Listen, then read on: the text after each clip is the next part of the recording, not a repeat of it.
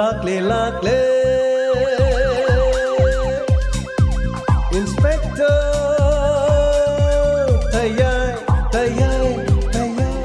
Ahan mamaktada Inspector Tayay tabiribisingbu James Haigurjamna taramnok chobagloinanay koknona khurumjari ngasisu puduna laksari Inspector Tayay satru kayankai mari suba tangka tabiribisingidamak akhanaba semjaba paringamani afaba singloksin minasi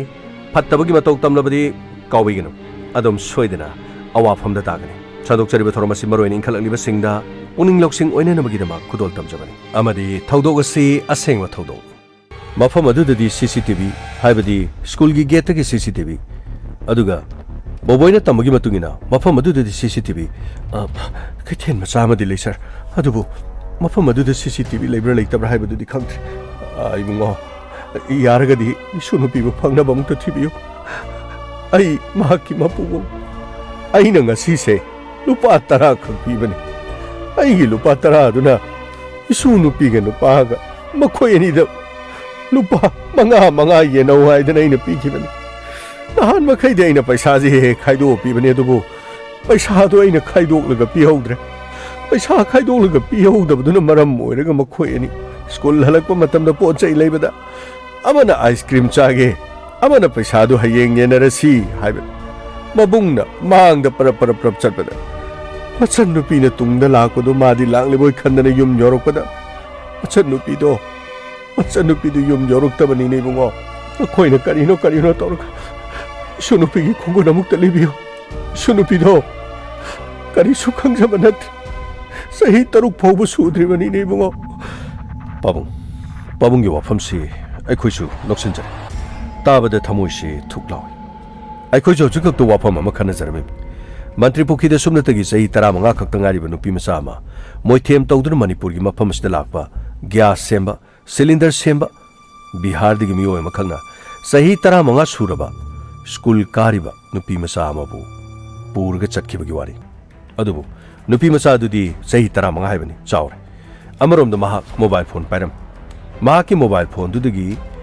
karamba mafam da leibagi haibadu munna kupna thira matungda nupi masa du manipur police ki team amana gawati dagi lokhaludana maha imphal da proktun wahang pang school chatkibadagi halaktabadagi thokpa thawdo aduga adongi sunupidi sahi torok pabu sudre matau karamna mahakku kanana phadunu puramani kanana karigi da kidnap torngo doriba amore pabung khoigi leriba mobile number aikoi da loina pibiyo angang adugi mahakki photo jo khoida pibiyo aduga adongi imungda phone toroktuna karigumba kidnapper singna ransom haibadi sel niraklabadi aikoi da soidan haibirakadabani tumina lossinduna thambiradaban phone number sidibiyo phani bungo aduga babu wafamase imung manungda nungaina daba aduga sel thungi khana chainaba natraga kana ga leini aduga manungaina daba leiraba soi khoida madugi lesama pibiyo hai bungo aduga mati kana su leite ai khoidi aduga kariguma mata leiba nathi phare babung adati ai khoi adongi sunupigi khungul lijaki krino sir Hoji kada koina taki bo wari duga phet manana leiri sibo sir sibomu karino yot phataba nupi phataba leibro to bakangu duna mu oironggodro sir gawai yengsi santos koro phangni sir Yamo wait who ha yeah here bra yeah come on cha chidi tamo cha yene tamo cha Tamo cha dike tamo de mucha nangi egi magi egi nangi nuksi naba yeah ooh come on bra yeah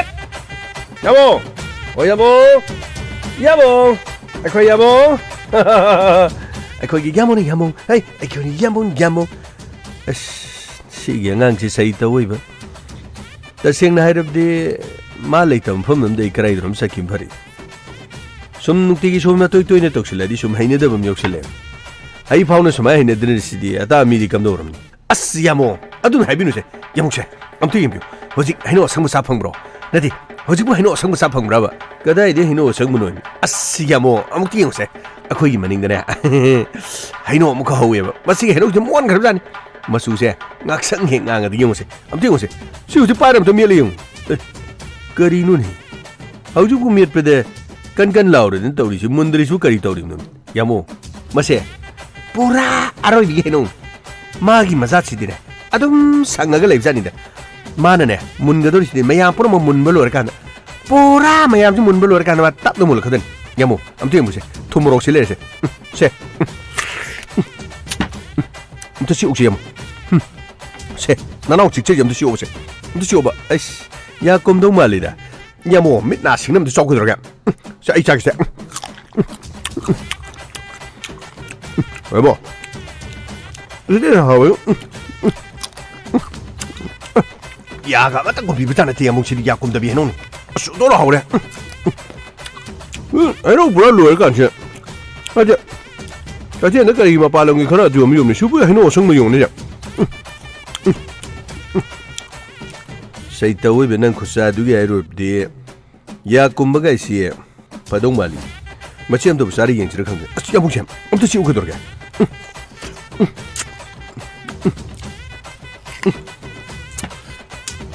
यार दिन का lion ताब लोए यामो बच्चे दम ते सिउ के दो वारी हो जे के दो के कोई लम से के सब तो रागी मन वारी छाने के दो के फरे फरे यार यार भाई होरिन चार्जर के को कोरे चार्जर के बा अच्छी यामो हैप्पी तो सिउ दा यार के दो के आई नहीं यार ये से दुम यारम करिनो नक चागे सुना दुम चारोन आई यो ने दी यार अस यामो असुमने अचा थक या अदुग लमदो मस्ते फंगिबा खुगी तोंगा तोंगा हेइ लेक्या लंबिगी मथाइ देने उवा थारिंगी फदि फैबु यमो आइने पांचो बंग खुगले उवा से थारगदि साब याब थाब करि गाइगी ama aine saruni haibu ane tharaba miduna tharaga so hayeng mahi yalaga saadi faidana adui wabdi u makal makal singmiyo de kanaba kya pirimni u singa sida so tongan ba khoi medicine plan ne dana laina kya da sumateng pang kya leimda malem se tharang liba pot khudimak amang bam ta leiponte magi season afam de amam loi leirib jani da as yamo Bharat की अवानो फोक नौखी दे लेरिबा अपिक state Manipur सिदि मतम मदि मरोमदम Ningthou Panba lump अमा ओइदना लेजरम लगसु ngसिदि मरोमदम हिंबा ngamjadaba state अमा हाइबदु अदुम ओइदेना ngase रसि थोकजबा बोथोन हिंजबा ngamdabadagi मपानदगी पुसलप क्यामरो हिंगि हाइनो गाजे हुजे खोनि सारिदु लमदम सिगे खोइसिदा पानबा अदु हैदा अदु हाइनो मखन मखन मालदोय अदु अदान ले नति अया मसिंग लोइ पाला लोरे हुजे अथेंग बदग समाइना पाले हिनो सिंगसि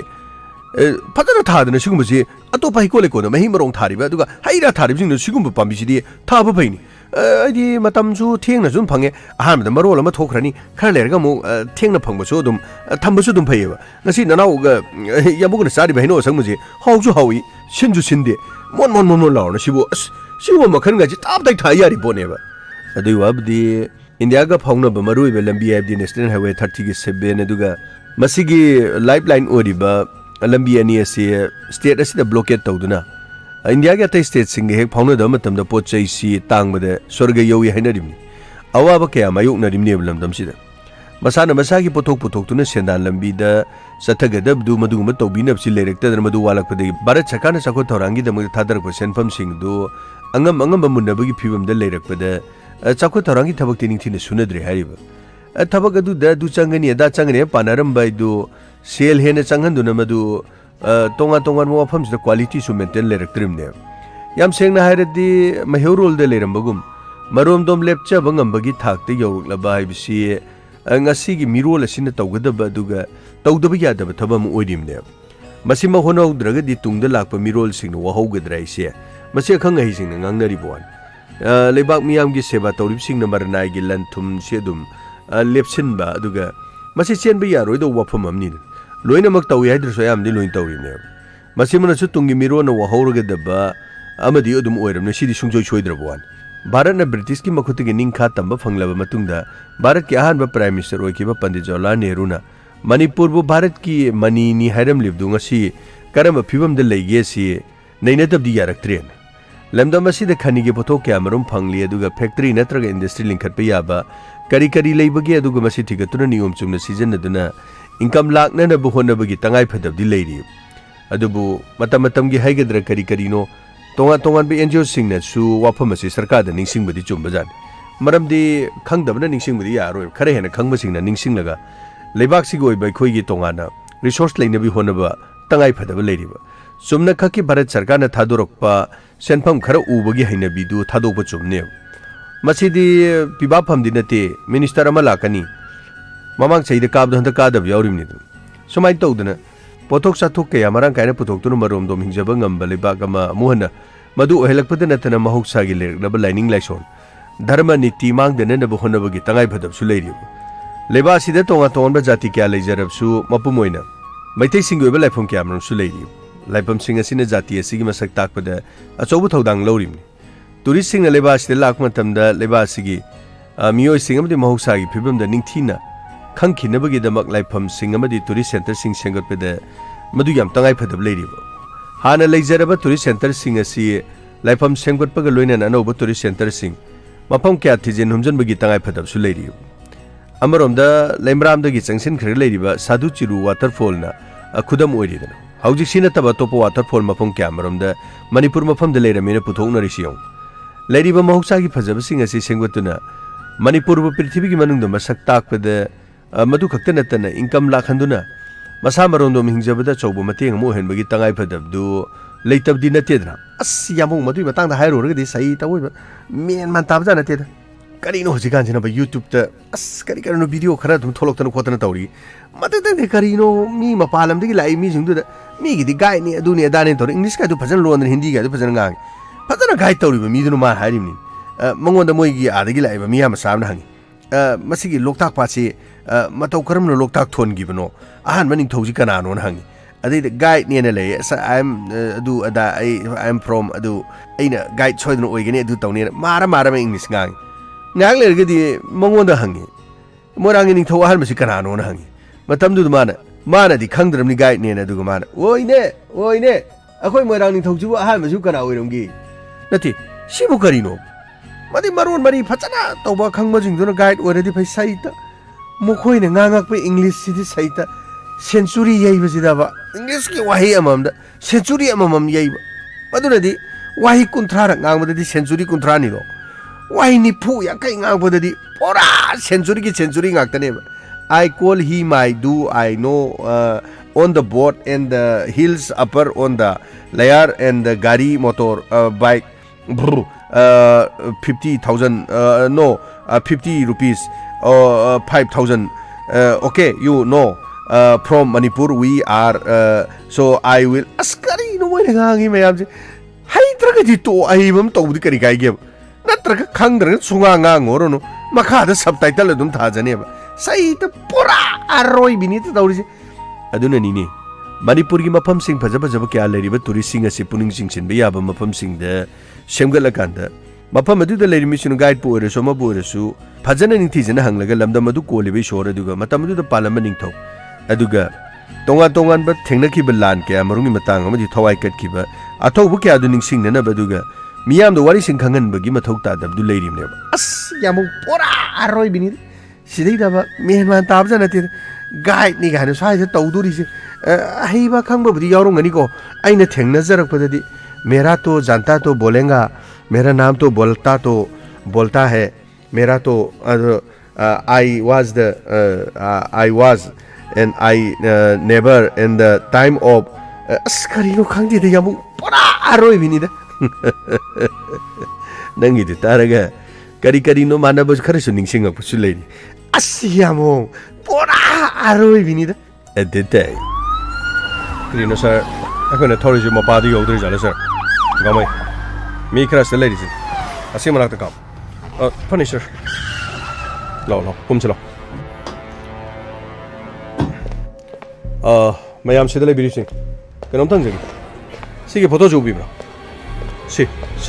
anga magi masak se leis sir akhodi khongja deba sir somdi si obi khara bra akhodi u debu mase somdi si obi khara ba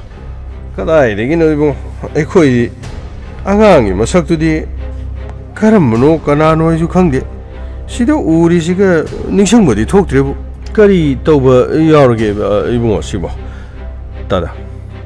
मसिदा उरिबसे आगांसि ममिंग जुलिगो माक्से school चखिबदगी मबुंगना मयुमदा हलाब मागे तुंगदा लाहौबा मचनुपिना खजिक्तनि कानारिबु अदुबु मबुंग असिने स्कूल दगी मयुम यौरगलबा मतुंगदा माकी मचनुपिदि युमदा लाखिद्रे ꯃꯗꯨꯗꯒꯤ ꯏꯃꯨꯡ ꯃꯅꯨꯡꯅ ꯑꯩꯈꯣꯏꯗ ꯄꯥꯎ ꯄꯤꯔꯛꯄꯗꯒꯤ ꯑꯩꯈꯣꯏ ꯅꯨꯄꯤ ꯃꯆꯥꯁꯤ ꯈꯣꯡꯒꯠꯂꯤꯕ ꯂꯥꯛꯏ ꯑꯗꯨꯕꯨ ꯍꯥꯏꯔꯤꯕ ꯃꯐꯝ ꯑꯗꯨ ꯁꯤꯒꯤ ꯀꯩꯊꯦꯜ ꯃꯆꯥ ꯑꯁꯤ ꯐꯥꯎꯔꯒ ꯑꯉꯥꯡ ꯑꯗꯨ ꯁ꯭ꯀꯨꯜ ꯆꯠꯂꯦ ꯍꯥꯏꯕꯁꯤ ꯃꯌꯥꯝ ꯄꯨꯝꯅꯃꯛꯅ ꯑꯉꯥꯡꯁꯤ ꯈꯪꯗꯦ ꯎꯗꯦ ꯑꯗꯨꯒ ꯑꯉꯥꯡꯁꯤ ꯀꯅꯥꯒ ꯆꯠꯃꯤꯟꯅꯈꯤ ꯀꯔꯤꯒꯨꯝꯕ ꯀ꯭ꯂꯨ ꯑꯃꯇꯪ ꯑꯩꯈꯣꯏꯗ ꯐꯪꯂꯕꯗꯤ ꯁꯥꯔ ꯃꯈꯣꯏꯒꯤ ꯃꯄꯥꯒ ꯃꯄꯨꯒꯗ ꯂꯩꯁ ꯏꯕꯨꯡꯉꯣ ꯃꯐꯝ ꯑꯁ꯭ꯋꯥꯏꯗꯅꯤ ꯍꯥꯏꯗꯅ ꯑꯩꯒꯤ ꯏꯁꯨꯅ ꯁ꯭ꯋꯥꯏꯁꯤꯗꯅꯦꯅ ꯇꯝꯃꯤ ꯃꯈꯣꯏ ꯑꯅꯤ ꯂꯝꯕꯤ ꯃꯄꯥꯁꯤ ꯐꯥꯎꯔꯒ ꯑꯗꯨꯃꯛ ꯅꯨꯡꯇꯤꯒꯤ ꯁ꯭ꯀꯨꯜ ꯆꯠꯊꯣꯛ ꯆꯠꯁꯤꯟ ꯇꯧꯔꯤꯕꯅꯤ ꯄꯪꯂꯥꯞ ꯂꯥꯞꯄꯁꯨ ꯅꯠꯇꯦ ꯑꯗꯨ ꯑꯣꯏꯔꯕꯗꯤ ꯃꯈꯣꯡꯅ ꯍꯦꯛ ꯆꯠꯂꯒ ꯃꯇꯝ ꯁꯥꯡꯅ ꯆꯠꯀꯗꯕꯅꯤ ꯍꯥꯏꯗꯅ ꯑꯩꯈꯣꯏꯅꯁꯨ ꯑꯍꯧꯕꯗ ꯃꯈꯣꯏꯅ ꯄꯤꯛꯏꯉꯩꯗ ꯈꯔ ꯊꯤꯟꯗꯣꯛ ꯊꯤꯟꯖꯤꯟ ꯇꯧꯔꯝꯃꯤ ꯃꯗꯨꯒꯤꯗꯤ ꯑꯩꯈꯣꯏꯅ ꯃꯈꯣꯏꯕꯨ ꯊꯤꯟꯗꯣꯛ ꯊꯤꯟꯖꯤꯟ ꯇꯧꯕꯩ ꯊꯕꯛꯁꯦ ꯇꯣꯛꯈ꯭ꯔꯕꯅꯤ ꯄꯥꯕꯨꯡ ꯌꯥꯝ ꯅꯨꯡꯉꯥꯏꯖꯔꯦ ꯄꯥꯕꯨꯡꯈꯣꯏꯁꯨ ꯃꯐꯝ ꯑꯇꯩꯁꯤꯗ ꯆꯤꯡꯅꯕ ꯌꯥꯕ ꯀꯔꯤ ꯀꯔꯤ ꯂꯩꯒꯦ ꯑꯗꯨ ꯅꯤꯡꯁꯤꯡꯕꯤꯌꯨ ꯑꯩꯈꯣꯏ ꯀꯩꯔꯣꯜ ꯂꯩꯀꯥꯏꯁꯤ ꯆꯠꯂꯒ ꯃꯈꯣꯏꯒꯤ ꯃꯆꯤꯟ ꯑꯗꯨꯒ ꯊꯣꯛꯂꯤꯕ ꯊꯧꯗꯣꯛꯁꯤ ꯃꯇꯥꯡꯗ ꯀꯔꯤ ꯀꯔꯤ ꯂꯥꯡꯖꯦꯜ ꯐꯪꯕꯒꯦ ꯑꯗꯣ ꯑꯩꯈꯣꯏ ꯑꯝꯇ ꯍꯣꯠꯅꯖꯩ ꯂꯥꯛꯑꯣ ꯁꯣꯝꯗ ꯂꯥꯛꯑꯣ ꯀꯔꯤꯅꯣ ꯁꯥꯔ ꯁꯣꯝꯗꯗꯤ ꯀꯔꯤꯁꯨ ꯑꯉꯥꯡꯁꯦ ꯃꯁꯛ ꯈꯪꯗꯦꯅ ꯍꯥꯏꯔꯤ ꯁꯥꯔ ꯀꯔꯤꯅꯣ ꯑꯉꯥꯡꯗꯣ ꯄꯤꯛꯄꯒꯤ ꯋꯥꯔꯤ ꯖꯥꯠꯂꯥ ꯁ꯭ꯋꯥꯏꯒꯤ ꯅꯠꯇꯕꯒꯤ ꯋꯥꯔꯤ ꯖꯥꯠꯂꯥ ꯁꯥꯔ ꯒꯥꯡꯃꯩ ꯈꯪꯕ ꯃꯤ ꯑꯃ ꯁꯣꯏꯗꯅ ꯂꯩꯔꯝꯒꯅꯤ ꯑꯉꯥꯡ ꯑꯗꯨ ꯅꯨꯡꯇꯤꯒꯤ ꯆꯠꯄ ꯑꯉꯥꯡ ꯁ꯭ꯀꯨꯜꯗꯒꯤ ꯍꯜꯂꯛꯈꯤ ꯅꯠꯇ꯭ꯔꯒ ꯁ꯭ꯀꯨꯜꯗꯒꯤ ꯃꯐꯝ ꯑꯁꯤ ꯂꯥꯜꯂꯒ ꯆꯠꯈꯤꯗꯦ ꯍꯥꯏꯕꯗꯨꯒꯤ ꯑꯁꯦꯡꯕ ꯑꯃꯗꯤ ꯈꯪꯐꯝ ꯊꯣꯛꯏ ꯌꯦꯡꯕ ꯇꯥꯕ ꯍꯪꯁꯤ ꯂꯥꯎ ꯃꯊꯪ ꯐꯒꯅꯤ ꯁꯥꯔ ꯑꯗꯨꯒ ꯀꯔꯤꯅꯣ ꯁꯥꯔ ꯃꯈꯣꯏꯁꯤꯕꯨ ꯑꯉꯥꯡꯗꯣ ꯐꯥꯔꯒ ꯃꯥꯕꯨ ꯀꯔꯤꯅꯣ ꯁꯅꯥ ꯂꯨꯄꯥ ꯌꯥꯝꯅ ꯁꯤꯕ ꯖꯥꯠꯂꯥ ꯑꯉꯥꯡꯗꯣ ꯅꯠꯇ꯭ꯔꯒ ꯑꯉꯥꯡꯗꯣ ꯂꯩꯁꯥꯕꯤ ꯐꯥꯔꯕ ꯖꯥꯠꯂꯥ ꯀꯔꯤ ꯃꯔꯝꯒꯤ ꯃꯈꯣꯏꯅ ꯔꯦꯟꯁꯝꯒꯤ ꯑꯣꯏꯕ ꯖꯥꯠꯂꯥ ꯁꯥꯔ ꯍꯧꯖꯤꯛ ꯐꯥꯎꯕꯗꯤ ꯏꯃꯨꯡ ꯃꯅꯨꯡꯗꯁꯨ ꯀꯣꯜ ꯇꯧꯔꯛꯄ꯭ꯔꯥ ꯇꯧꯔꯛꯇꯕ꯭ꯔꯥ ꯍꯥꯏꯕꯗꯨꯁꯨ ꯀꯔꯤꯅꯣ ꯃꯈꯣꯏꯒꯤ ꯃꯄꯥꯗꯨꯒ ꯃꯄꯨꯕꯣꯛꯀꯗꯁꯨ ꯑꯁꯤꯗ ꯌꯥꯎꯔꯒ ꯂꯩꯔꯦ ꯃꯃꯥꯗꯨꯒ ꯃꯌꯨꯝꯗꯨꯒ ꯀꯣꯜ ꯇꯧꯔꯝꯃꯣꯏꯗ꯭ꯔꯥ ꯁꯥꯔ ꯀꯔꯤ ꯍꯥꯏꯅꯤ ꯑꯉꯥꯡꯒꯤ ꯃꯊ꯭ꯋꯥꯏ ꯍꯤꯡꯅꯤꯡꯂꯕꯗꯤ ꯂꯨꯄꯥ ꯂꯥꯛ 50 ꯄꯨꯔꯒ ꯂꯥꯛꯎ ꯁꯥꯔ ꯑꯁꯨꯃꯥꯏꯅ ꯍꯥꯏꯕꯗꯣ ꯐꯤꯂꯝꯗ ꯂꯤꯂꯥ ꯗ꯭ꯔꯃꯥꯗꯒ ꯇꯧꯕꯗꯣ ꯑꯗꯨꯃꯥꯏꯅꯒ ꯑꯃꯨꯛ ꯑꯉꯥꯡꯗꯨꯒꯤ ꯃꯃꯥꯗ ꯑꯃꯨꯛ ꯌꯨꯝꯗ ꯑꯃꯨꯛ ꯇꯧꯔꯝꯃꯣꯏꯗ꯭ꯔꯥ ꯁꯥꯔ ꯒꯥꯡꯃꯩ ꯃꯗꯨ ꯑꯣꯏꯔꯕꯗꯤ ꯑꯩꯈꯣꯏꯁꯨ ꯄꯥꯎ ꯐꯪꯒꯅꯤ ꯑꯗꯨꯒ ꯑꯃꯅ ꯑꯩꯈꯣꯏꯅ ꯂꯧꯔꯤꯕ ꯃꯣꯕꯥꯏꯜ ꯅꯝꯕꯔꯁꯤꯡ ꯑꯗꯣ ꯁꯔꯚꯤꯂꯦꯟꯁꯇ ꯊꯝꯈ꯭ꯔꯕꯅꯤ ꯏꯃꯨꯡ ꯃꯅꯨꯡꯒꯤ ꯄꯥꯏꯅꯔꯤꯕ ꯃꯣꯕꯥꯏꯜ ꯐꯣꯟꯁꯤꯡ ꯑꯗꯨꯗ ꯑꯇꯣꯞꯄ ꯃꯤ ꯑꯃꯒꯤ ꯀꯣꯜ ꯑꯗꯨꯒ ꯄꯨꯝꯅꯃꯛꯁꯤꯡ ꯑꯗꯨ ꯑꯩꯈꯣꯏꯅ ꯁꯔꯚꯤꯂꯦꯟꯁꯇ ꯊꯝꯈ꯭ꯔꯕꯅꯤ ꯍꯣꯏꯅꯦ ꯁꯥꯔ ꯑꯗꯨꯕꯨꯗꯤ ꯀꯔꯤꯅꯣ ꯑꯉꯥꯡ ꯃꯆꯥꯗꯨ ꯐꯥꯔꯒ ꯍꯧꯖꯤꯛꯐꯥꯎ ꯂꯨꯄꯥ ꯑꯗꯨ ꯄꯤꯒꯗꯕꯅꯤ ꯑꯗꯥ ꯇꯧꯒꯗꯕꯅꯤ ꯑꯗꯨ ꯇꯧꯒꯗꯕꯅꯤ ꯍꯥꯏꯔꯛꯑꯗꯤ ꯁꯥꯔ ꯇꯁꯦꯡꯅ ꯃꯈꯣꯏ ꯑꯗꯨꯃꯥꯏꯅ ꯍꯥꯏꯔꯛꯑꯗꯤ ꯃꯈꯣꯏ ꯑꯗꯨꯝ ꯁꯤꯔꯅꯤꯀꯣ ꯁꯥꯔ ꯒꯥꯡꯃꯩ ꯌꯦꯡꯕ ꯇꯥꯕꯅꯤ ꯏꯔꯝꯗꯝ ꯁꯅꯥ ꯂꯩꯄꯥꯛ ꯂꯝꯗꯝ ꯑꯁꯤꯗꯁꯨ ꯑꯁꯤꯒꯨꯝꯅ ꯄꯤꯛꯂꯤꯕ ꯑꯉꯥꯡ ꯃꯆꯥ ꯀꯤꯗꯅꯦꯞ ꯇꯧꯕꯒꯤ ꯊꯧꯗꯣꯛꯁꯦ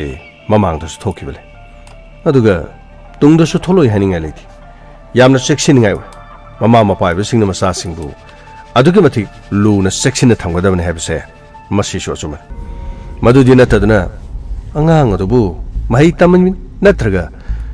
ꯆꯠꯊꯣꯛ ꯆꯠꯁꯤꯟ ꯇꯧꯕ ꯍꯩꯔꯕꯅꯤ ꯍꯥꯏꯗꯨꯅ ꯑꯉꯥꯡꯗꯣ ꯊꯥꯗꯣꯛꯂꯕꯗꯤ ꯄꯤꯛꯂꯤꯕ ꯑꯉꯥꯡ ꯃꯆꯥ ꯑꯃꯗ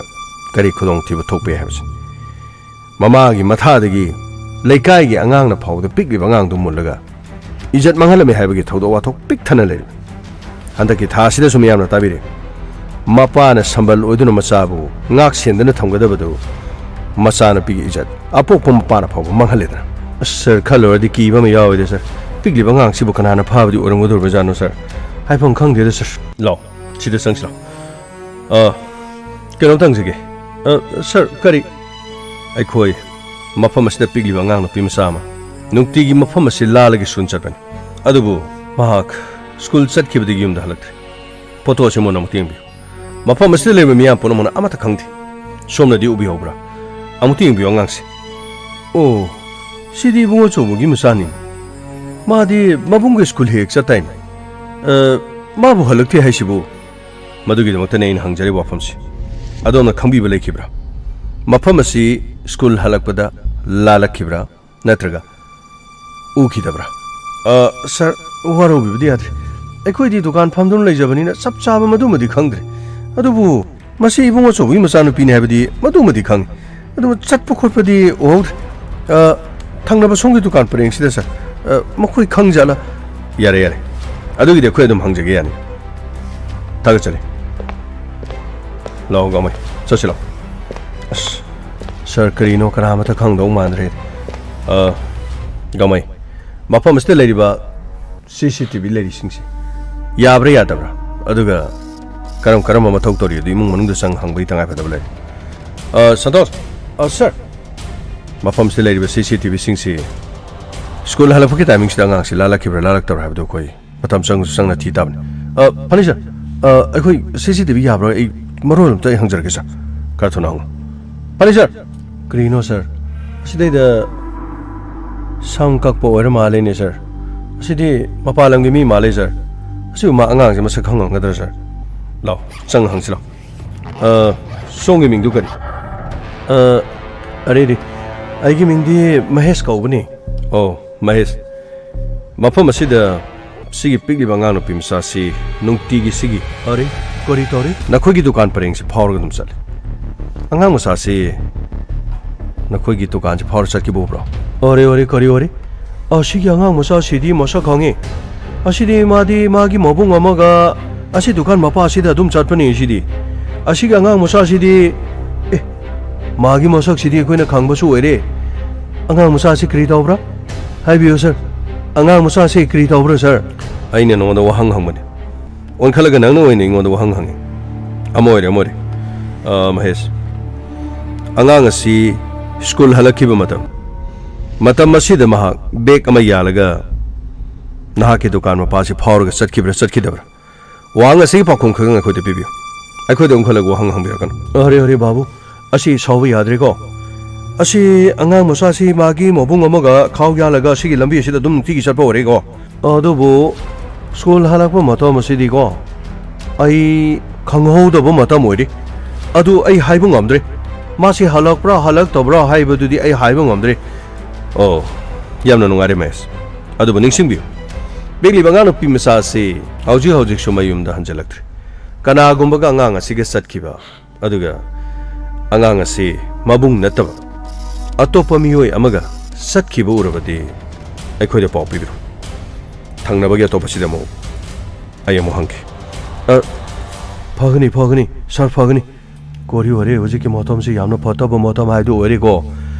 ꯑꯩꯈꯣꯏꯅ ꯃꯐꯝ ꯑꯁꯤꯗ ꯂꯩꯕꯗꯤ ꯆꯍꯤ 10-13 ꯁꯨꯔꯕꯅꯤꯕ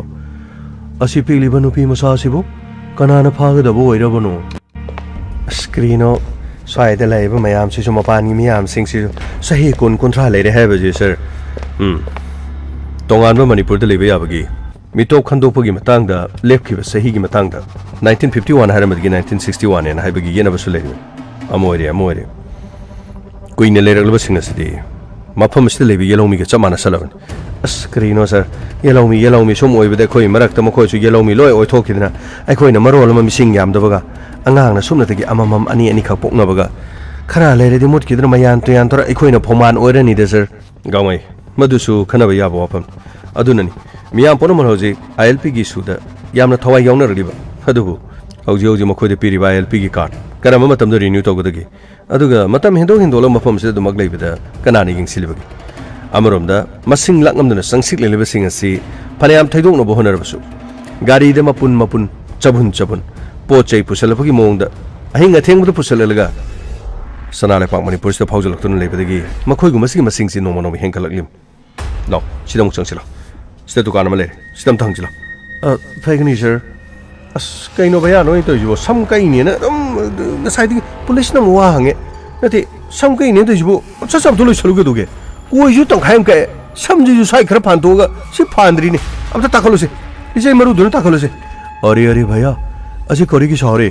asi police la nga nu pi masa ma se kri ma so school cha pa ma tom da ge ho je pha ba yom da hala tre ha re de na ko nang saw ba ya re nang ma sam do ek ka ke go asi अरे साउगुनु को बाबू साउबु यादे को साउबु यादे असी Manipur the लेरको मतम दगी ngasi phawde khoidi ko mafam asida chaba chinja pona ba kloi no khoina sabani ko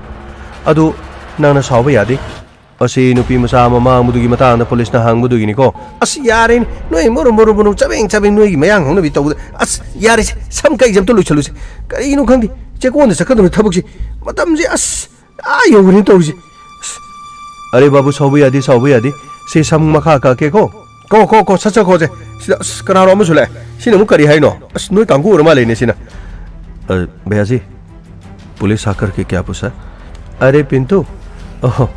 एक बच्ची का गायब हो गया शायद उसके भाई के साथ रोज स्कूल जाता था तो पुलिस पूछ रहा था कि बच्ची नहीं आ रहा है घर में तो शायद उसके बारे में हमको पूछ रहा है ओ लड़की कितना बड़ा लड़की अरे वो छोटी थी एक उसके भाई के साथ रोज वो स्कूल जाता था, एक लाल वाला बैग लेके, और उसके साथ भाई था। तो पुलिस पूछ रहा था कि भाई तो घर आ गया, तो उसकी बहन घर नहीं आ रहा है, इसीलिए पूछ रहा था। ओ ठीक है ठीक है। अरे पिंटू, आजकल काम क्या हो रहा है? ठीक चल रहा है ना? हाँ भाई जी, सब ठीक चल रहा है, लेकिन शायद माल अच्छा नहीं मिल रहा है, इसलिए यहाँ शोर करके एक दूसरे जगह में जाने के लिए सोच रहा है। अरे अरे, किस जगह पे जाएगा? शायद मैं सोच रहा है मैं उखरुल में जाऊं। उखरुल? अरे उखरुल में तो बहुत दूर है, तो यहाँ आसपास में रहो ना, थोड़ा बदल के। काम तो यहाँ शायद अच्छा होगा। भाई जी, मैं जा रहा हूँ, फिर बात करेंगे। मैं जा रहा हूँ भाई जी। अरे अरे, क्या हो गया पिंटू, क्या हो गया? अस नोइसे सबेंग सबेंग सबेंग ngang ना नोई मयांग की हौना भी करीनो सम कईरो वारी सारे तइदो। अरे भाई जी, करी नंग सावबो करी तौरे असे मासे हारे मासे योट के करी करी तौबने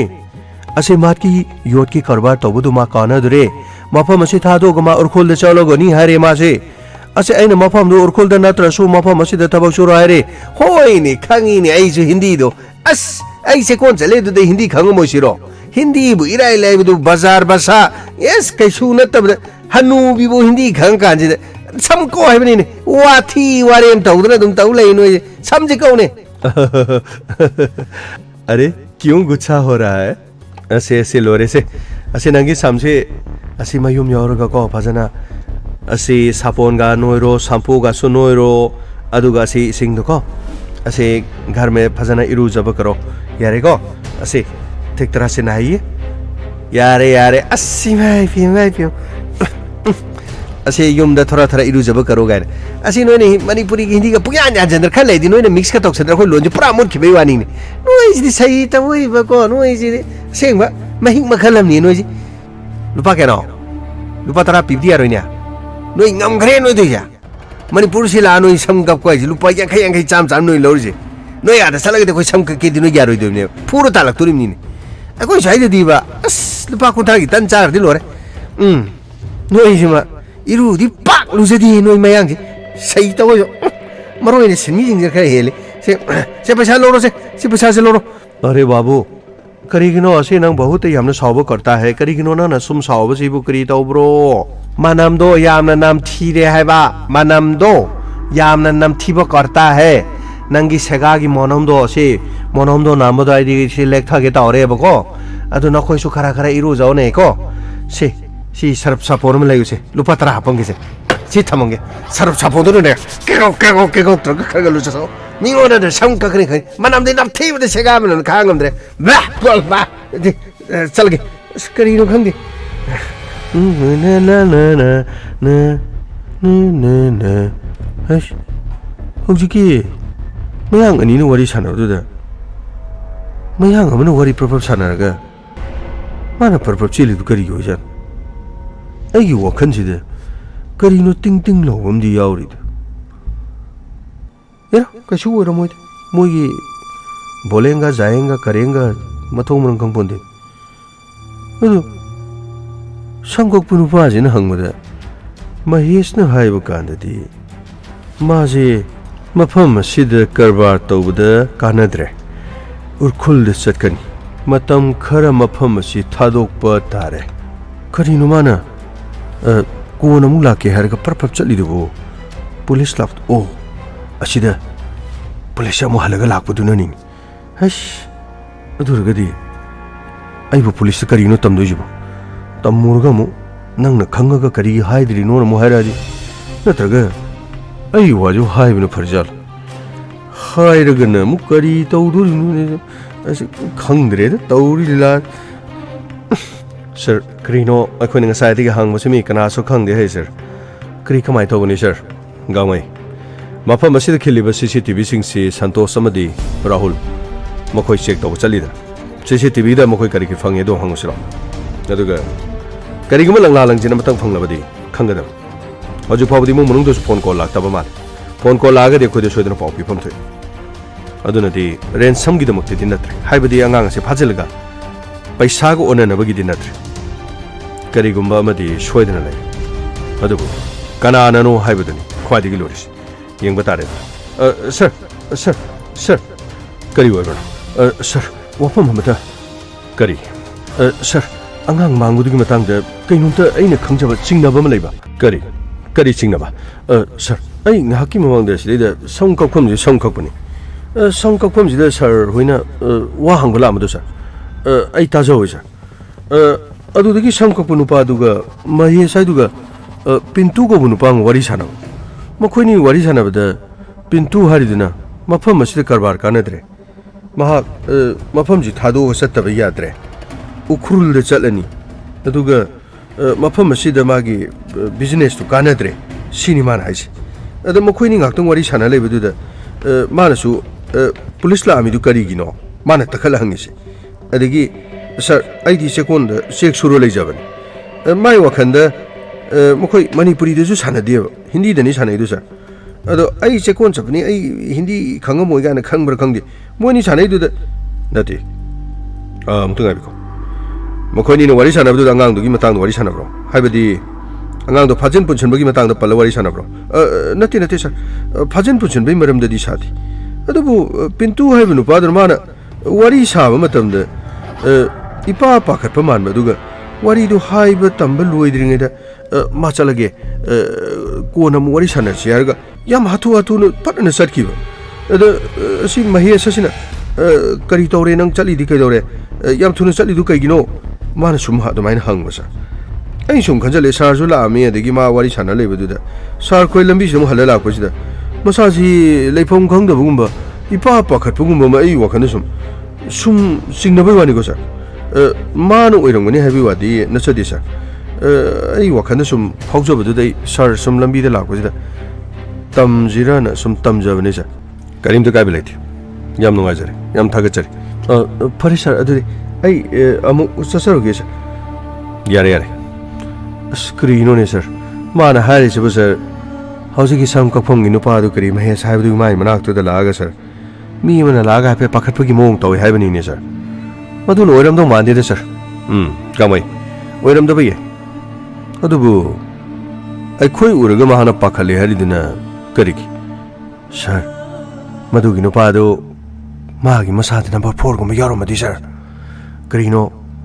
ꯌꯣꯠ ꯌꯣꯟꯕ ꯌꯣꯠ ꯊꯥꯕ ꯀꯔꯤꯅꯣ ꯃꯥꯒꯤ ꯌꯣꯠꯀꯤ ꯀꯔꯕꯥꯔ ꯀꯥꯟꯅꯗ꯭ꯔꯦ ꯍꯥꯏꯗꯨꯕꯨ ꯁꯥꯔ ꯑꯁ ꯀꯔꯤ ꯌꯣꯠ ꯐꯠꯇꯕ ꯅꯨꯄꯤ ꯐꯠꯇꯕ ꯂꯩꯕ꯭ꯔꯣ ꯂꯩꯀꯥꯏꯁꯤꯕꯨ ꯌꯣꯠ ꯐꯠꯇꯕ ꯅꯨꯄꯤ ꯐꯠꯇꯕ ꯂꯩꯕ꯭ꯔꯣ ꯑꯁꯨꯃꯥꯏꯅ ꯆꯠꯄ ꯃꯤ ꯑꯣꯏꯕ ꯖꯥꯠꯂ ꯁꯥꯔ ꯑꯁ ꯑꯗꯨ ꯑꯣꯏꯔꯗꯤ ꯉꯔꯥꯡꯗꯒꯤ ꯑꯩꯅ ꯂꯥꯎꯖꯔꯛꯂꯤꯁꯤꯒ ꯀꯔꯤꯅꯣ ꯃꯤꯗꯨꯒ ꯆꯥꯟꯅꯗꯣꯔꯤ ꯖꯥꯠꯂ ꯁꯥꯔ ꯀꯥꯃꯩ ꯑꯁꯦꯡꯕꯗꯤ ꯈꯪꯗ꯭ꯔꯦ ꯑꯗꯨꯕꯨ ꯍꯪꯕ ꯇꯥꯔꯦ ꯂꯥꯎ ꯆꯠꯁꯤ ꯂꯥꯎ ꯃꯍꯦꯁꯇ ꯆꯪꯁꯤꯜꯂꯒ ꯀꯅꯥꯅꯣ ꯀꯔꯤꯅꯣ ꯑꯗꯨꯒ ꯄꯤꯟꯇꯨꯒꯤ ꯂꯩꯐꯝꯁꯤ ꯀꯗꯥꯏꯗꯅꯣ ꯍꯪꯁꯤ ꯑꯗꯨꯒ ꯋꯥꯔꯤ ꯁꯥꯟꯅꯔꯒ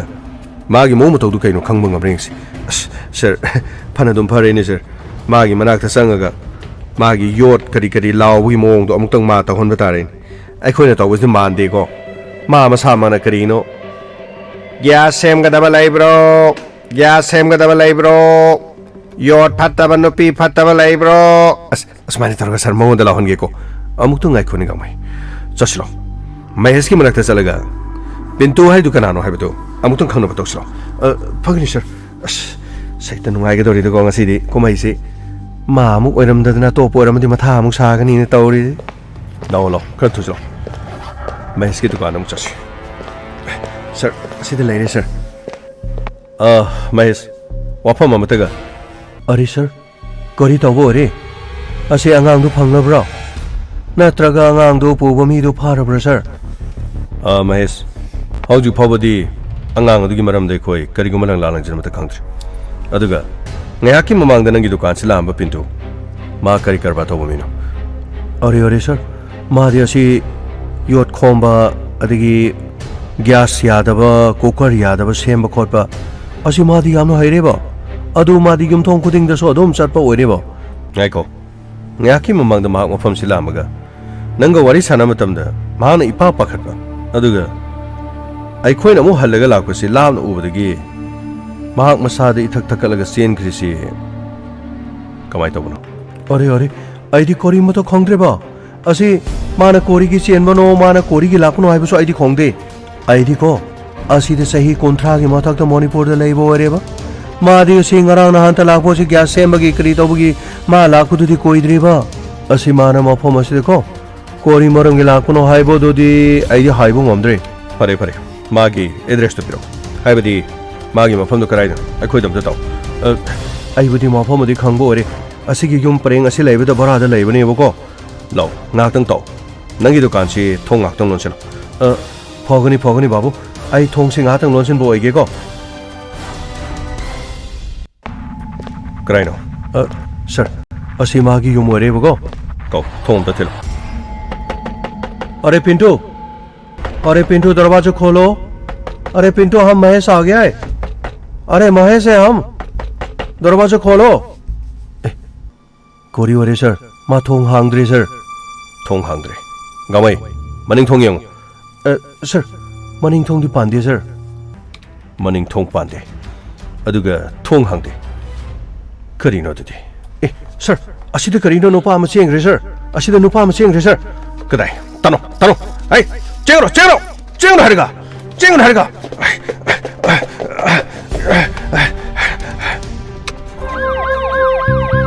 लाकले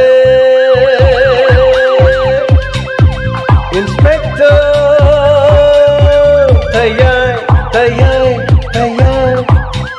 लाकले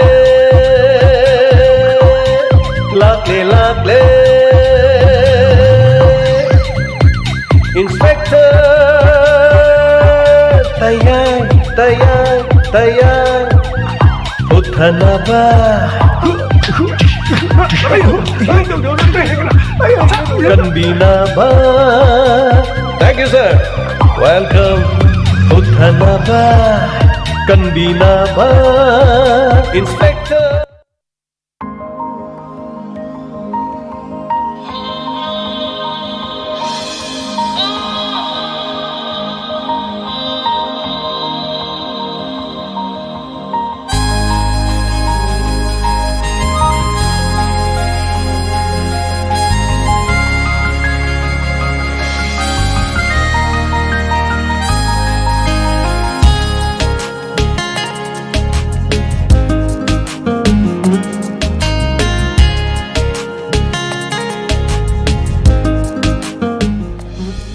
Anana thagachari masigi inspector tayai satru kaya khai manga soba tangkak masigi tangkak tabiraga dongi thamoi de kari fawi bage dona pibirakpa feedback amadi comment kara pathok sagi loina ngasigi birthday tariba oinam Ilis daughter of oinam Ravi and oinam Ombi Khomdram Chanjan Nambol oinam bazar dagi many happy returns of the day nungairaba adongi cha sigi dama yaifa mangol pizari नादे येक्तबा पुंसी नुंगसांगबा अदुगा पलेम पतौगी सेवा मतोम लोम नतौबा लैपाक सिगी लमनम सिगी अचंगबा मी अमा ओइरसनु लोइना माई सिंग नुंगसेट खुदोंग थिबा पुनमक्तगी ngak thokpiba नादे येक्तबा अदुगा सिगुंबा मपौ नुमित थोरमसी मसिंग लांगमदना पांगथोकपु ओइरसनु हाइना ताइबंग मपुगी मफमदनी zari ngasiगी tangkakse tabirga kari phawbiboge so me mana pibirakpa comment khara pathok sagi bibi maibam khoman ngasigi itogi isaina pura aroibini sarna hinok chabda ya yapko me sengmagi chabro haidon yes ngasigi haiji sai sengmani aduga hinok dusu aina haijari ba hinok makhandu makni aduga nambol kamong dagi hinok se pibiramani aduga thoina special haitare hinok se khoigi sumang do panba hainau ma agi da so sigi hainau ma khalse engon da so pambi je yum da hawi haitare ekhoi da adu hari hainau se khoi yam kuina pan mane adu ga ekhoi da hori ba hainau du yam kuina pan gali haitare adu ekhoi da di pan khidre handak se yam pan khidre adu pibira amaduna yum dagi sangaga porok podo yang ngak pai wani leiri ta sengna ai pungning gi warol da uhanjaba ding amni yam hainau du pura sangi haitare aduga hainau se chabadi yakum da hainau ne hainau chai harbi khoi yakum do adu kum da haitare aseng magini adu thagachari hainau du thajabiroi adu sidida diamond lakpi ba sing hainau du chabadi kitang chardi khangni karai nahan yakum da hainau du chage hayeng bodi leidong mal Thank you so much. Thagachari tin bu yosal etare. Hai gi wari saya de den hai ji tin chumi. So thagachari ML official han batajabani nan Manipuri sina tawri pasilore tapre. Thank you so much ngarang na han so habet wari ma som thok putu da wari ma som tok jawa jani ko. Masi mangna loina ma tawi hai bi wadi leite aduga tawde hai ba su yate hai tare aduna koi section na bagi hai tare ko wari ni me puning loksing oina bane na mai khalase. Thank you so much ML official ngasi first time ne ta pirak paduga Purnima Singakam thagachari. Thank you so much. Hemolata sir ngasi di net tatre tapire. Okay. Net che am nungai tre kari haidu no khang de han taksin net am nungai ban net che kari khoi kari hai tare plan ji am chaura gi ga na ngasi se dum ai tana bo tana rom ne khoi service provider singa adu to na nungai tra ba hai tare kari kumba ma khoi gi lei re hai tare technical loi ba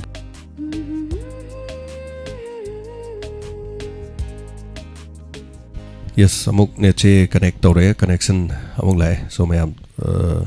net jatre na Lakshmi ne tapire net si yara mane na khale so net jara ga di yare na tapirak si mayam namo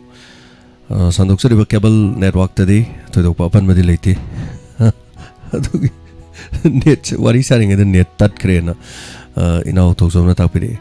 pan maga yadi tam na ba nang haude aduni thagachari khaidem prema Kelvin Laisram ina Suni Sagol Sem adu Rishania Sojata Ching angang do tikta kai dena fangadi nungai ne tapire Lalita Ramai Rapam thagachari ngasi gi episode janu phajai parama pibani thagachari na tapire thank you so much adaga pallu yadi sir net che na tapire meam panbe yadi khitang pallu ne pat ita tat ki bewan ai thengbu thengjara ro hai tar thagachari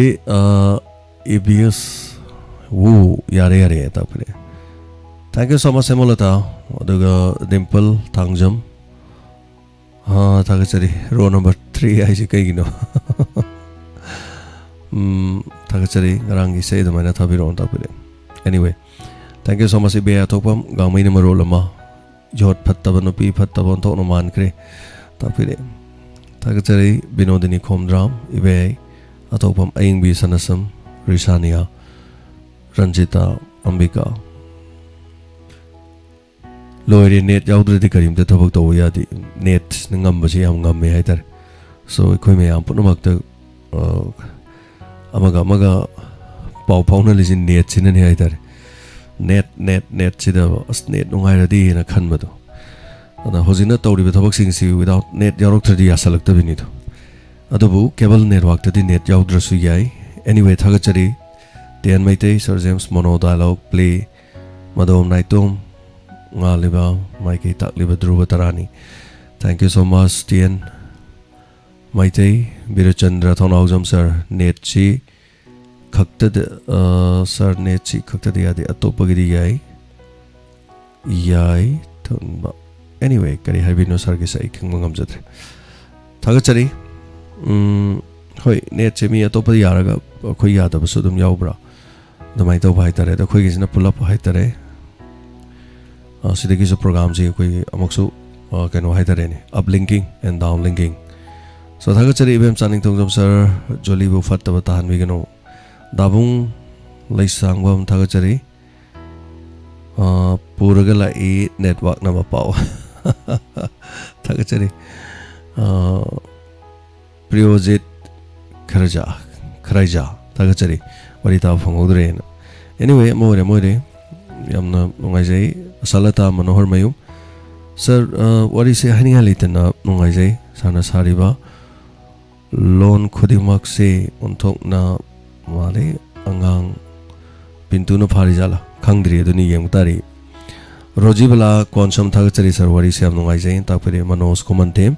Hanana Tagachari, and Tapiri, thank you so much. Aduga. Sanatoi Devi Thagachari, Konsum Bimola, Ichan Ilambam Ongbi from Goa, Sangasigi Pishot Amnongai Adobo Pintu, Faram Lavadi, Waring I with the Amokehena, Wagadavani, Wari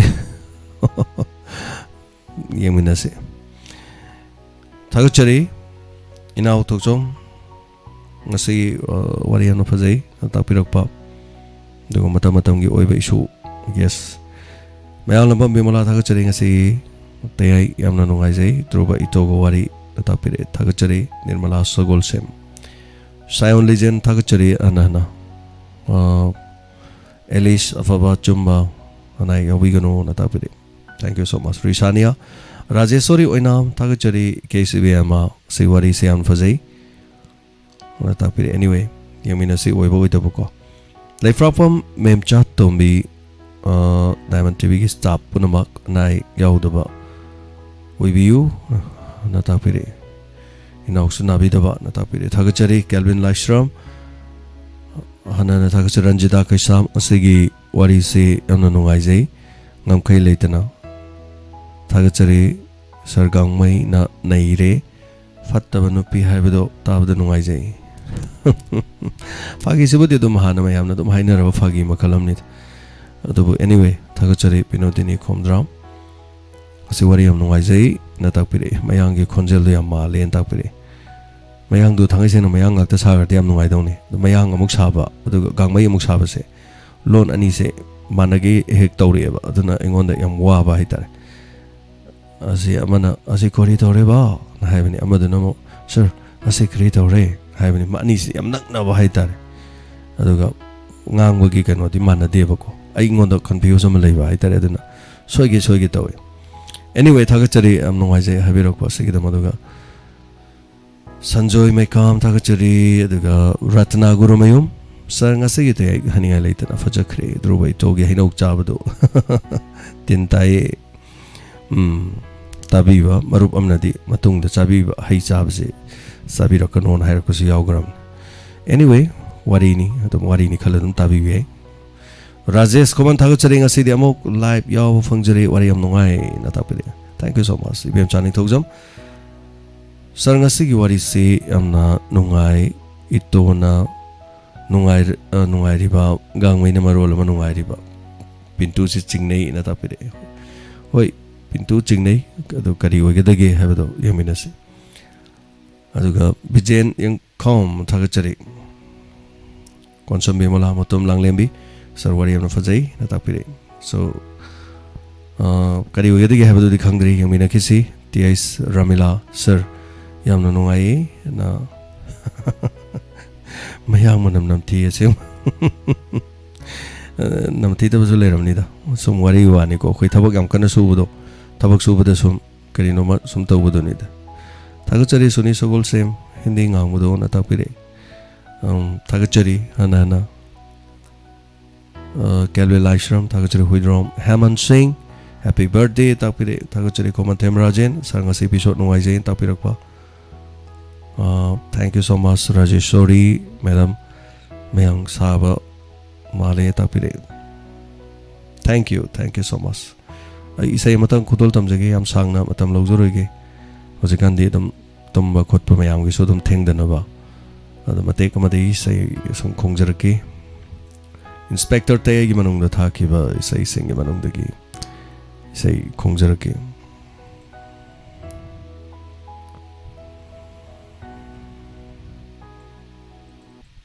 Singsin biri nangna aibu nangina nakta Hudol tamjari ai samaki mayek tamari khonjelda loinani sei sigi tune da loinana music ta Vinod Kumar Sharma Hudol tamjari tabiri bisime apanamata Singsin biri nangna aibu nangina nakta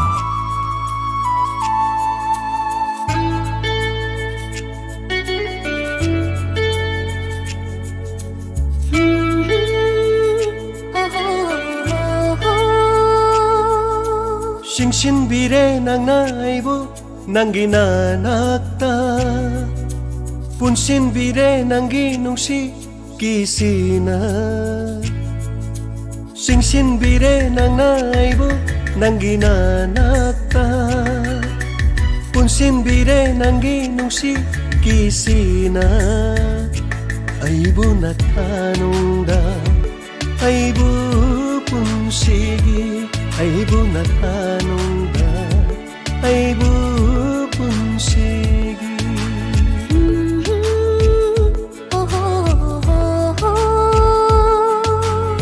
ꯆꯤꯡꯁꯤꯟꯕꯤꯔꯦ ꯅꯪꯅ ꯑꯩꯕꯨ ꯅꯪꯒꯤ ꯅꯥꯅꯥꯛꯇ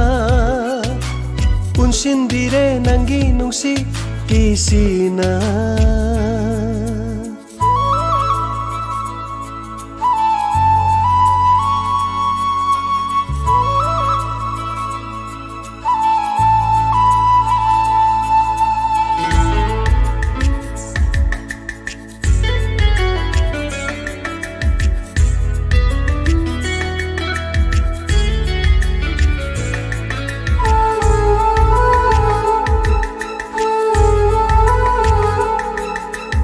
ꯑꯩꯒꯤ ꯊꯃꯣꯏ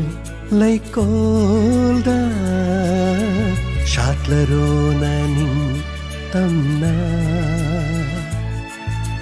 ꯑꯀꯟꯕ ꯅꯣꯡꯂꯩ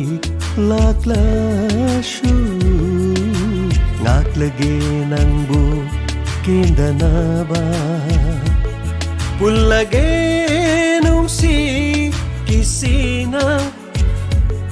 ꯑꯩꯒꯤ ꯍꯥꯡꯂꯕ ꯊꯃꯣꯏ ꯂꯩꯀꯣꯜꯗ ꯄꯨꯜꯂꯒꯦ ꯆꯦꯠꯅ ꯄꯨꯟꯁꯤꯒꯤ ꯂꯦꯡꯗꯅꯕ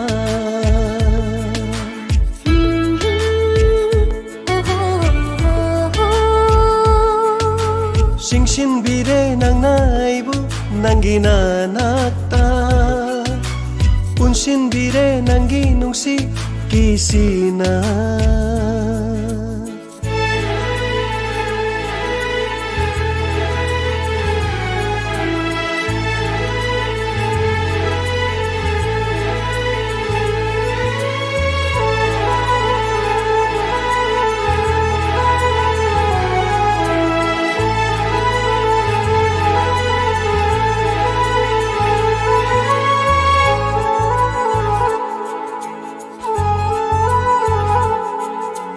La la la la la la la la la la la la la la la sumhatpire nangi mityenga lotna yengba mitna duna thadoklaroi nangbu punsigi oina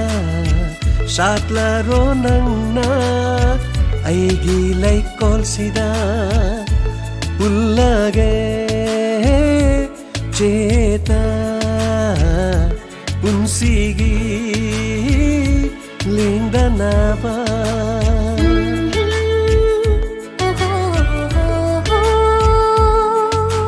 ꯆꯤꯡꯁꯤꯟꯕꯤꯔꯦ ꯅꯪꯅ ꯑꯩꯕꯨ ꯅꯪꯒꯤ ꯅꯥꯅꯥꯛꯇ ꯄꯨꯟꯁꯤꯟꯕꯤꯔꯦ ꯅꯪꯒꯤ ꯅꯨꯡꯁꯤꯠꯀꯤꯁꯤꯅ ꯑꯩꯕꯨ ꯅꯊꯥꯅꯨꯡꯗ ꯑꯩꯕꯨ ꯄꯨꯟꯁꯤꯒꯤ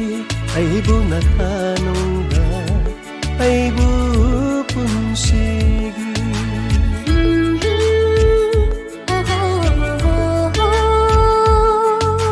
ꯆꯤꯡꯁꯤꯟꯕꯤꯔꯦ ꯅꯪꯅ ꯑꯩꯕꯨ ꯅꯪꯒꯤ ꯅꯥꯅꯥꯛꯇ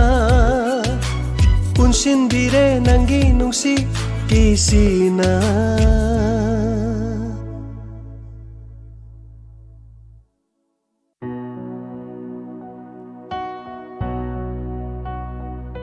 Tagachari anana Inspector Tayaki manungda sakki bisayama kudol tamjari aduga yamna pibirapa comment Lalita namaira pon tagachari ngasigi episode yana fazai para ama pibani tapi masuzata sing asigi wari su fazai angang do tek takai dina phangna dinu ai ni tapiri anyway khadim prema tagachari Temple Thangjam Ambika Kongban Tabam Tagachari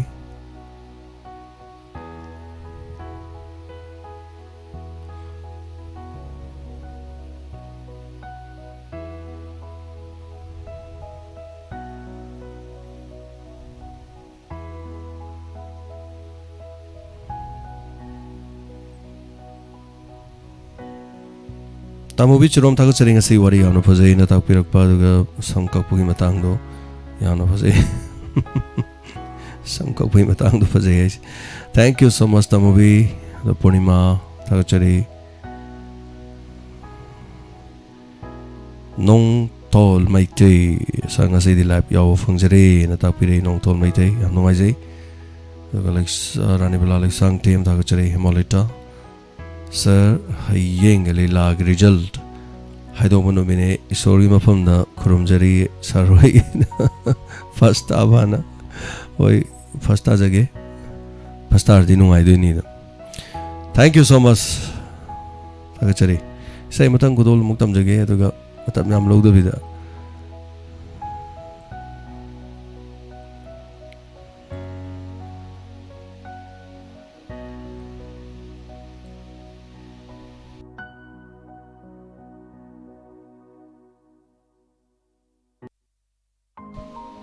aina nusi jabi khudol tamjari isama ke mai ek thamari khonjal dani Vinod Kumar Sharma na music ko aina nusi jabi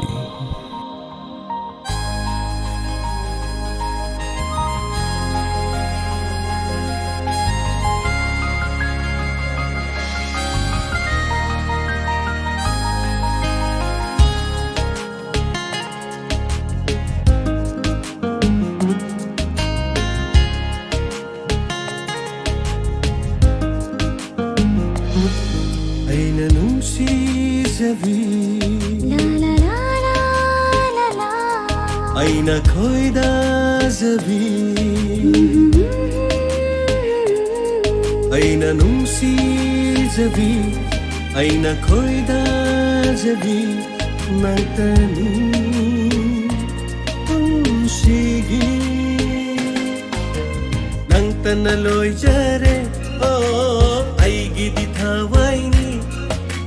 Nantana loy jare Oh aigi di thawaini Nantana aigi unsini Aina nungsi jabi Aina khoida jabi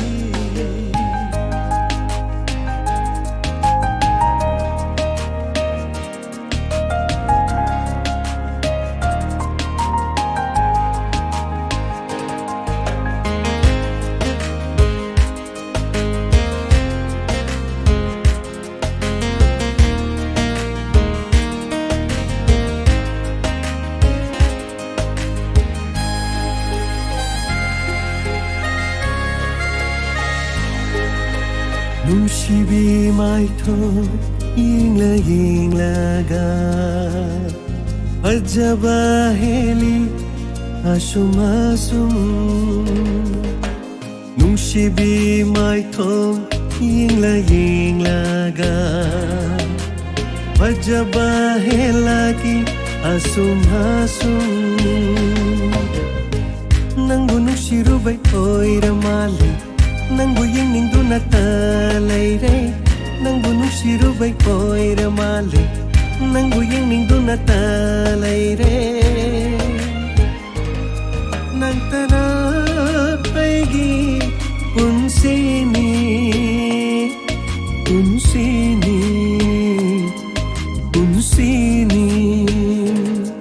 Aina nungsi zabi Aina khoida zabi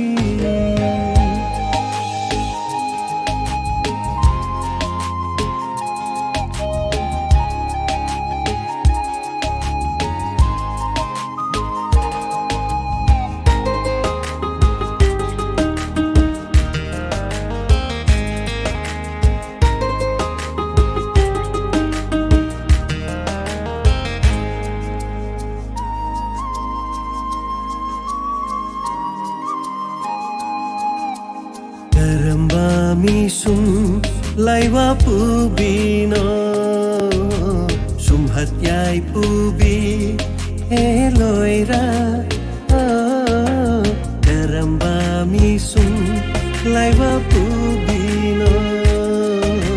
sum hatyai pubi eloira Oi danabi nangi mai thoi Oi rau nabi nangi misna Oi danabi nangi mai thoi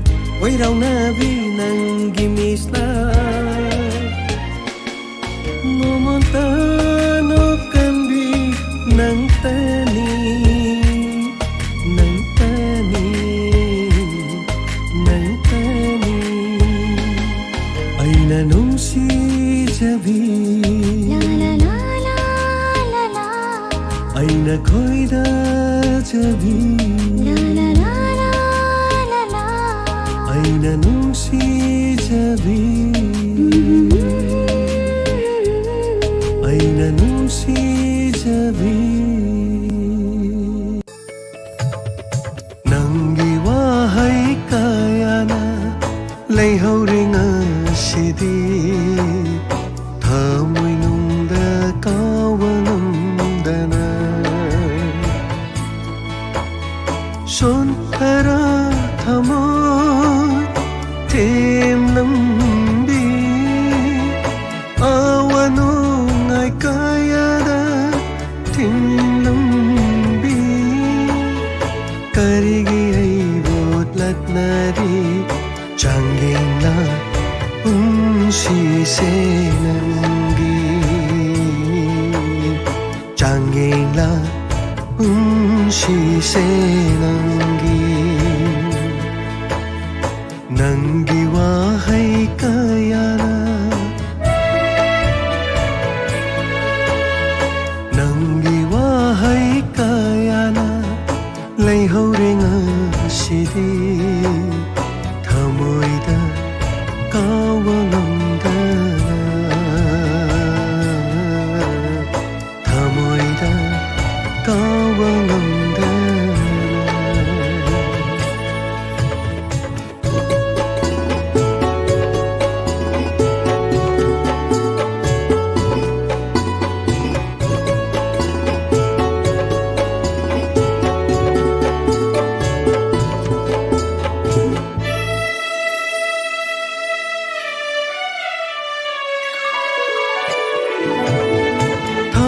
생엄대 템진바 마콜톡 나카플레리 나시디 타모이 생엄대 템진바 마콜톡 나카플레리 나시디 랍크라비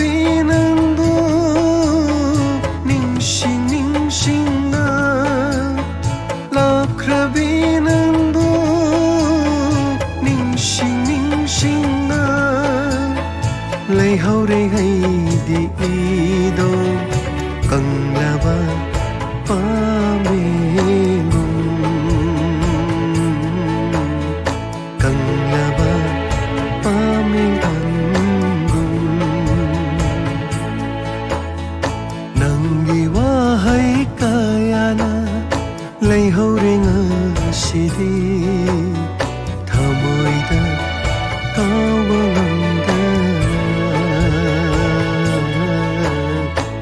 moida kawa ngomdana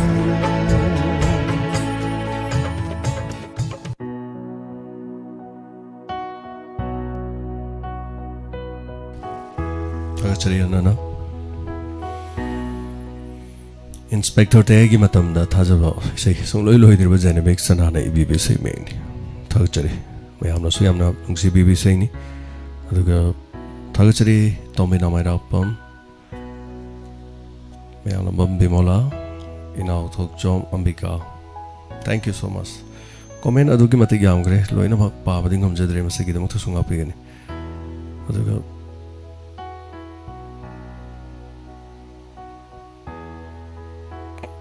thagachari pabagi loibanaid. Thank you so much. Dimple Thangjam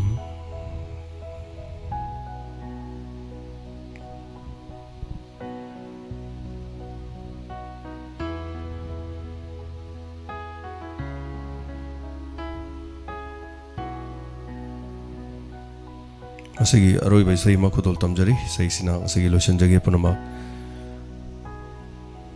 live ho budigi ta ho dre makeup thorok pada tagajari Narendra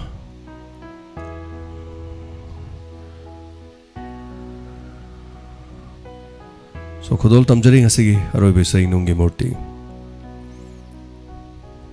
खुदल तमजरी मैं पुनः थागचरी लीलागीदम हयें first ताबियो हैदना wish पिबिरक पुनमक पिबिरक तबसु पिबिरक पसु पुनमक थागचरी ताजगे first ताजगे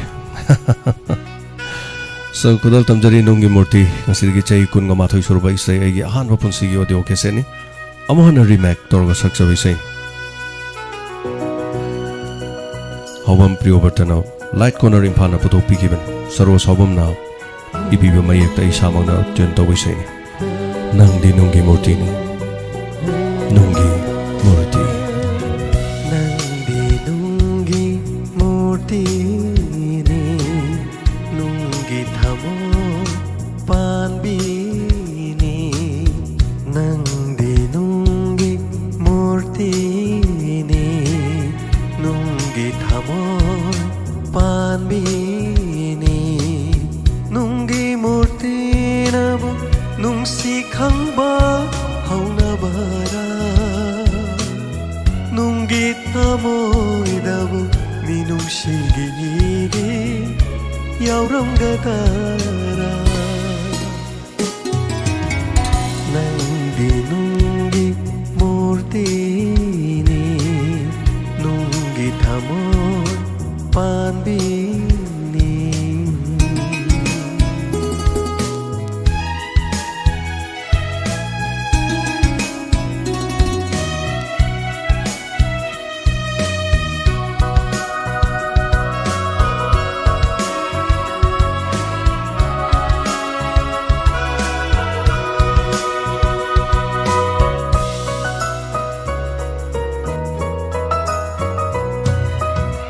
Nahagna thamoy panbi oiram laba minung sikang biyama oiram laba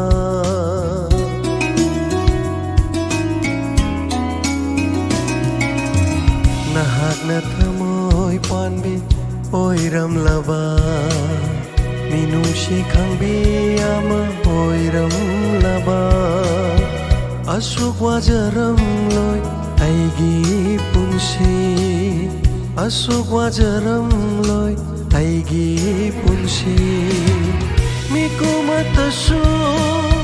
nokcharam gani miku matasu nokcharam gani nungshi baidamat wajaram loy nungshi baidamat kapcharam loy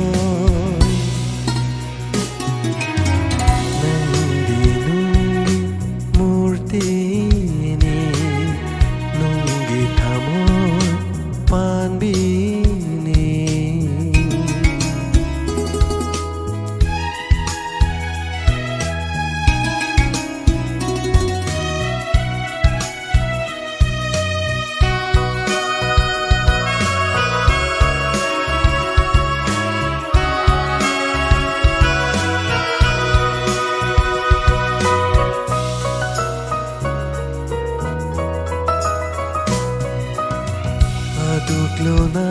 nangai haina khiba punsigi luraba wapam dubu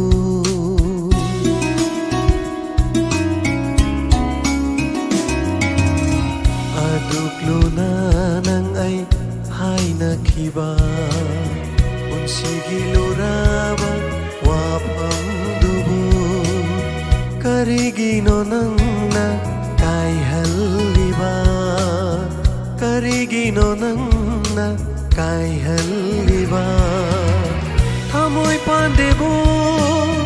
taklam libara thamoy pandebo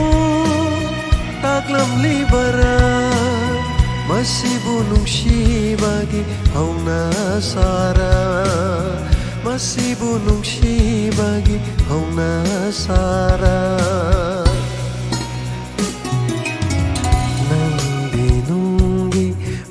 Tini nunggi thamoy panbini nunggi murtina bu nungsi khangba hauna bara nunggi thamoy dabu minungsi gi yauram gadara